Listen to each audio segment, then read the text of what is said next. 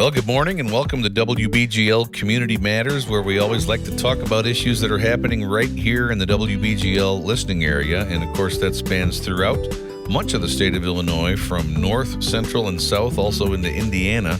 So we know that not every topic reaches every single community, but we try to give it the best bang for our buck as we can. And when we're talking about important issues that are going on in our community, particularly like the American Red Cross, we know that there's always important things to be talking about. And we are thankful today to be joined by Lynn Hruska, who is the Executive Director of the Central Illinois chapter of the Red Cross. Thanks for joining us today, Lynn. Well, thanks for having me. I'm happy to be here. Well, I was really happy to hear this information that you guys sent along to us that's talking about how this month particularly, the Red Cross is offering free A1C testing if you're a blood donor in the month of March. And coming up here very soon, March 26th, is actually Red Cross Giving Day as well. So we just wanted to talk to you a little bit about that. A1C testing, of course, is commonly used to screen for diabetes and pre-diabetes. And so tell me how the Red Cross gets involved with something like this. And that's a really neat idea. It really is. And I'll back up and tell you that March is Red Cross Month and has been for decades and decades. And it's a time of year that we get to highlight the work that we're doing, not only across the nation, but also right here at home. This month, for Red Cross Month, we have a couple of calls to action. One of them, I'll talk about in a minute, is that blood donation. And then we're also going to encourage folks that it's a great time of year to check your smoke alarms. And also there's that Giving Day. So this month, for the first time, Red Cross is providing an A1C screening to all donors. Because we check every single unit of blood that people donate, it really is an opportunity for us to screen for different types of virus. And it does give us the opportunity to add a benefit to that blood donation, boosting our community health. We're going to be offering the A1C testing for all blood donors in the month of March. It's just really a great opportunity for folks who maybe haven't identified diabetes or prediabetes, and we hope that by seeing if this is a benefit of blood donations that are of interest to the community, we'll be able to provide that additional health screening that can really give people the time they need and the information they need to seek treatment. That is really great. Also good for people that may not have insurance or may be in a situation where they're in a high deductible plan or something in the blood work. That often, sometimes it comes under a preventative kind of thing, but oftentimes it doesn't. And so it's great that the Red Cross can make an incentive in that way. Absolutely. And our statistics show that 80% of those living with prediabetes aren't even aware of it. So, it really is something that might not even be top of mind until you get that notification that you might have an issue that you need to see your doctor for. Yeah, that makes a lot of sense. So if you set an appointment or you go and you do your giving of blood, and then how does the process work in terms of when you get the result of the A1C testing? Well, for our folks that use the blood app, so in the, in your, where you get your blood or where you get your apps for your phone, if you go to Red Cross free apps, there's an app called Blood App.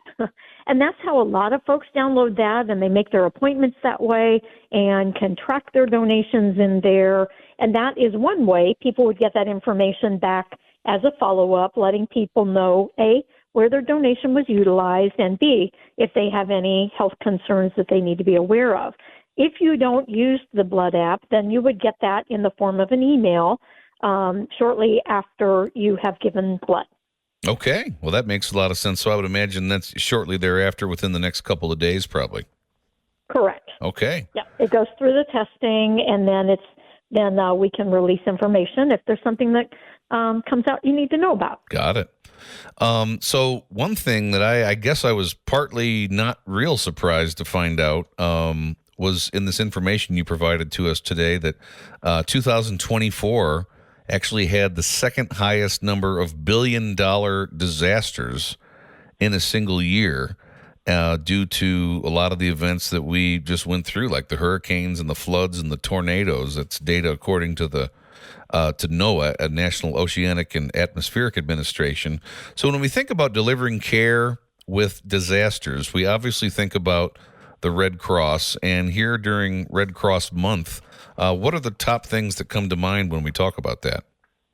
Well, we have absolutely seen a shift in how disasters occur. It used to be several years ago, years back, there would be one or two or three big disasters a year. And you can name them, the big hurricanes, the big wildfires, flooding of the Mississippi. But anymore, these disasters are chronic. We're seeing disaster after disaster after disaster, and they are concurrent. They're impacting more people. They're creating more damage. And so we are having to prepare in ways that we have never had to prepare before, because oftentimes Red Cross volunteers are supporting multiple disasters at any given time. This past weekend was a really great example of being able to have some forewarning that a storm system was heading our way. And so Red Cross and other care providers, our partners, spent the week before preparing for in the event that, a tornado or straight line winds impacted some of our communities.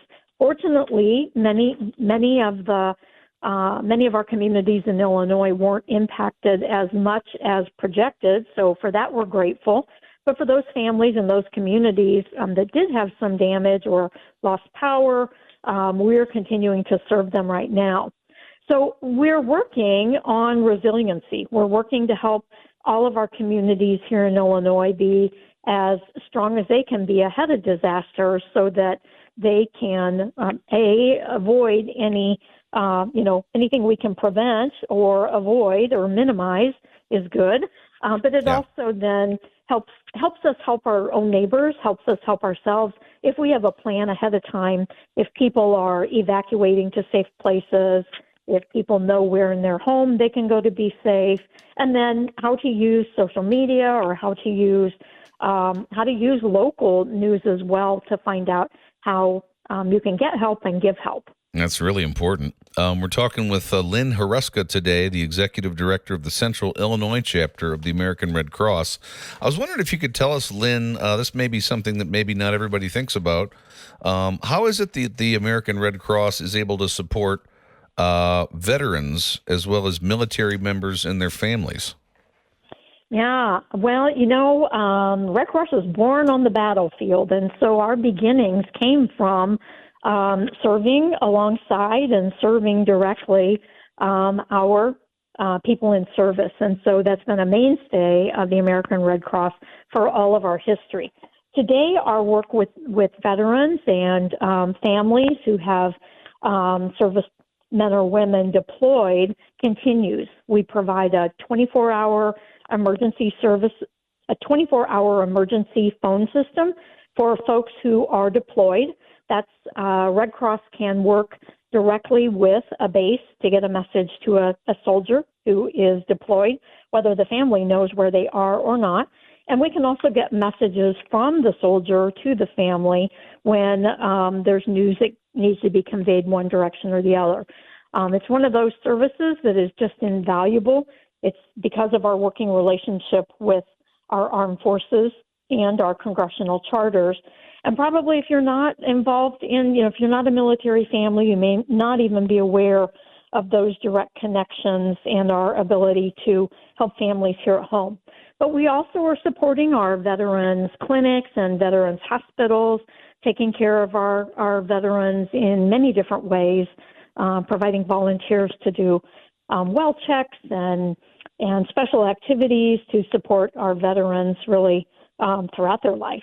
So great connections with our military, both active and veteran status.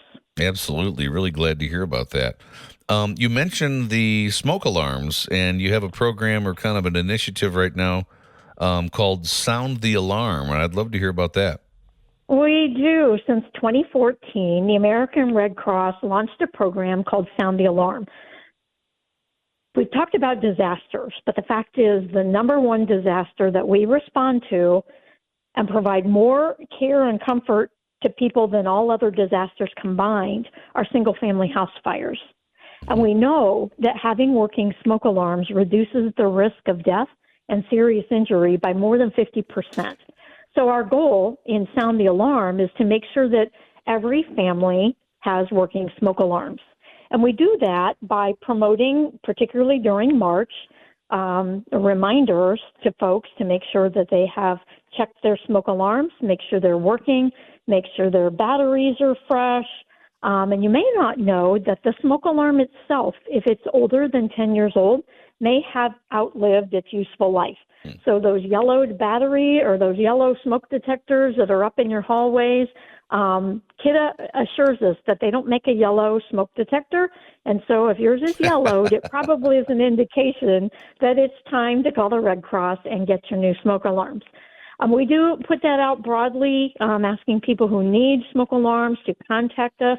And then we will be hosting events throughout our service area to come into the neighborhoods on particular dates in March, April, and May to come in and to install those smoke alarms for our folks. We typically install 3 to 5 smoke alarms, and the alarms that we use have that 10-year lithium battery. So we know that once we've installed those for a family, they're going to be in place for a good long time. So we encourage people, here's your call to action.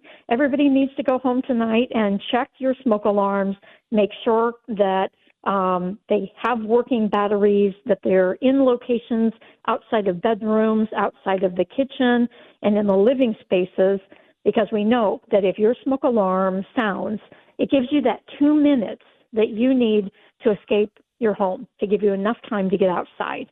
We also encourage families during March and all year long to make sure that you as a family have talked about how to evacuate your home in the event of a fire. And we encourage folks to think of 2 ways out of every room if possible, so that folks have thought about that ahead of time. And we also encourage people to have a meeting place outside of the home so that once you leave the home, everybody meets at the mailbox or meets at the big tree out front, and then everybody stays out when they get out. So all things that we're reminding you in March, but they're important all year long.